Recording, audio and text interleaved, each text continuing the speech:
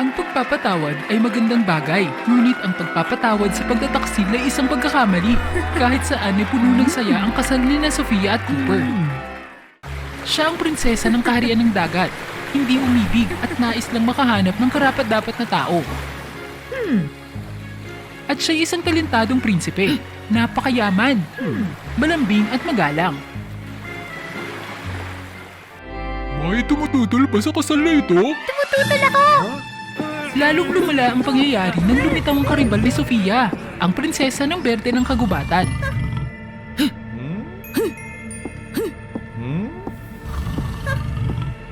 Ang lakas ng loob mong sirain ang kaligayahan ko, Grace! Ngayon dapat ang kasal ko! At si Cooper ang aking mapapangasawa!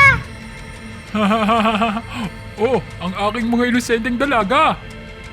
Binigyan niya sila ng pag-ibig na naging dahilan para maging handa silang magpakasal.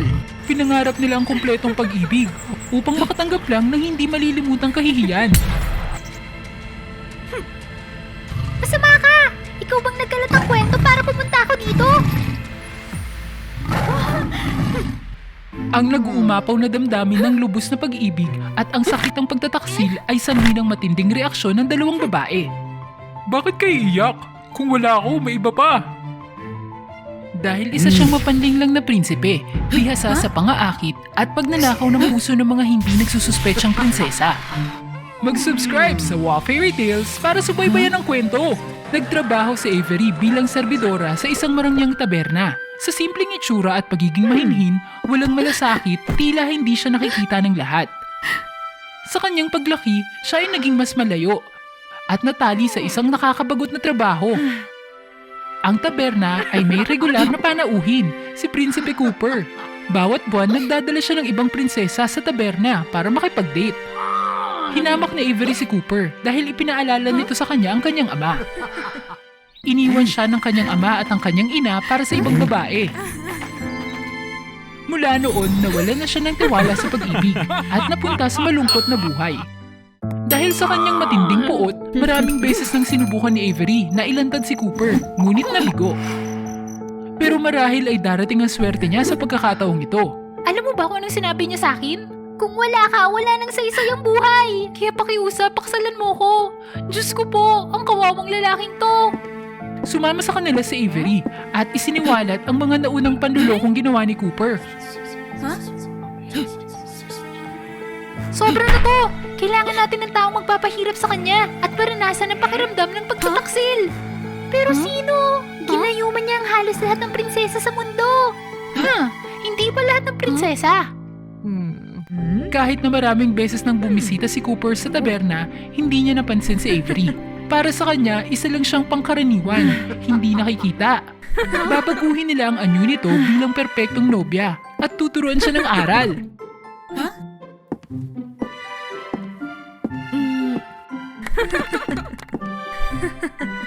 Para sa isang taong sanay makuha ang lahat ng gusto niya, hahanga si Cooper sa isang mayabang na prinsesa.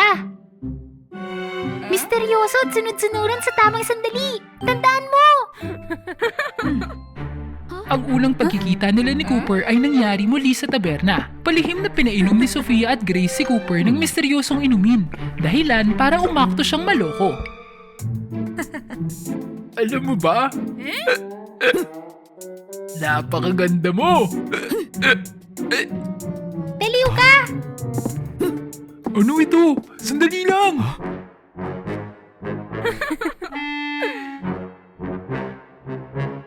Ayon sa plano, ito ay nang lumitaw si Avery na iniwan si Cooper na nakatulala sa isang sulyap lang.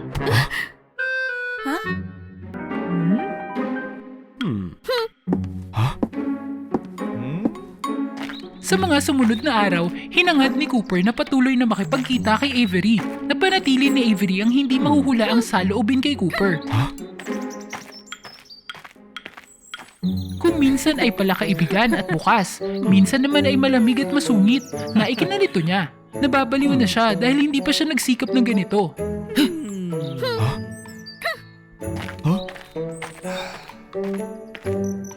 Ano ba, Avery? Kailan ka ba papayag na makipag-date sa akin? Ikaw? Hindi ko na niya alam kung anong totoo. Anong kailangan kong gawin para mapatunayan ang sinseridad ko? Seryoso talaga ako. Biglang may sumulpot na magnanakaw at agad na tumayo si Cooper para protektahan si Avery. Nagkunwaring naantig si Avery at tinanggap ang kanyang ika-100 pagtatapat ng pag-ibig. Ang plano ay patungo sa perpektong tagumpay.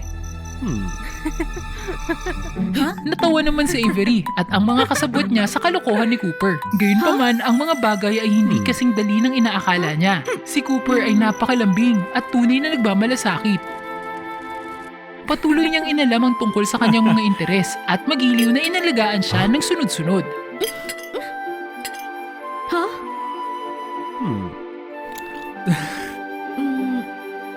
Ilang gabi silang nakipag-usap sa isa't isa. Paulit-ulit na ipinapaalala ni Avery sa kanyang sarili na ang lahat ng ito'y palabas lang at siya ay isa pa ring kontrabida. Alalahanin mo ang tunay niyang ugali. Gumising ka! Sa hindi inaasahang gabi, Mag-ingat ka, Avery! Naku, hindi! Cooper!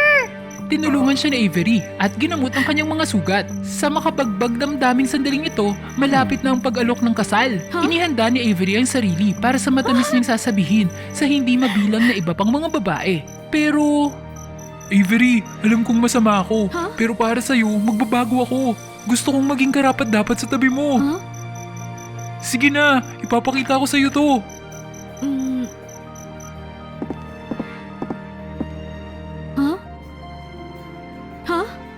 Mula pagkabata, ako'y may malubhang karamdaman at nanganganib na mamatay ng maaga. Ang aking inay nakipagkasundo sa isang demonyo upang ibigay sa akin ang kanyang natitirang mga taon bilang kapalit ng kanyang muling pagkabuhay. Hindi ko ito kinaya.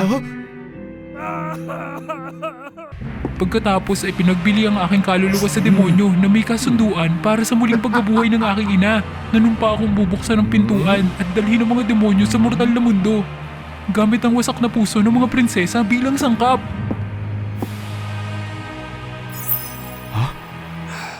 Meron na akong sapat na sangkap upang makumpleto ang pinto. Ngunit nagpasya akong hindi ko na ito buksan. Dahil ngayon, mahal na kita. Nais kong bumawi at mabuhay sa tabi mo magpakailanman. Totoo bang mga sinabi niya? Si Avery ay nagsimulang makaramdam ng pag-aalinlangan sa kanyang planong paghihiganti at marahil ay nagkaroon ng damdamin para kay Cooper. Ibinahagi niya ang lahat kay Sofia at Grace. Napakaganda! Ito ang ebidensya para maikulong siya! At pupunta tayo sa kasal niyang suot ng trahe de boda! Napakaganda ng kasal na Cooper at Avery. Sa wakas ay natagpuan na ng pamosong prinsipe ang patutunguhan ng kanyang buhay. Palihim na pumasok sina Sofia at Grace sa kasal para masaksihan ang perpektong pagtatapos ng kanilang dula. Salamat sa pagbibigay sa akin ng pagkakataong magbago. Hayaan mo kong mahalin ka habang buhay. Lalong naguluhan si Avery. Kung patuloy niya itong niloloko sa sandaling ito, hindi siya magiging mas mahusay kaysa sa kanya. Kinagat niya ang kanyang ngipin at isiniwalat ang katotohanan na ang lahat ay bahagi ng plano ng paghihiganti ng mga pinagtaksilang mga dalaga. Ikaw, nagtaksil ng mga nobya? Ah! Magsisi ka sa kulungan!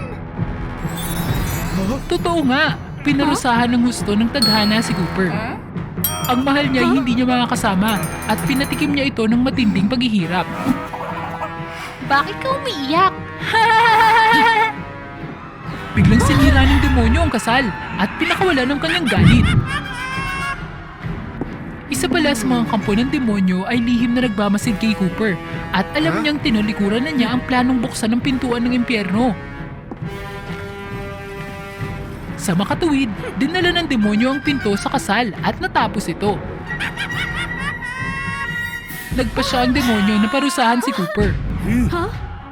Nanawagan sina Grace at Sofia sa mga mistikong nilalang mula sa karagatan at kagubatan na sumama sa labanan. Gayunpaman, ang madilim na si Cooper ay masyadong makapangyarihan at hindi niya siya kayang talunin. Nang makita ang imahe ng tiwaling Cooper sa paghihirap, napagtanto ni Avery na siya nga ay nagkaroon ng damdamin para sa kanya. naniniwala ako sa'yo. Huwag mong hayaang mawala ang iyong sarili. Dahil dito, naalala niya ang sandali nang pumanaw ang kanyang ina. Anong gusto ng nanay ko maging ako? Maging sino man ang gusto mo. Basta't nabubuhay ka ng may integridad at mabait sa kapwa. Iyan ang ipagmamalaki ko sa'yo. Huwag mong hayaang mawala ang iyong sarili, anak ko. Sa sandaling ito, nakita ni Cooper ang imahe ng kanyang ina kay Avery. Ah! Ang isang makasalanang tao na tulad mo ay karapat-dapat na pumunta sa impyerno kasama ko! Hindi! Cooper!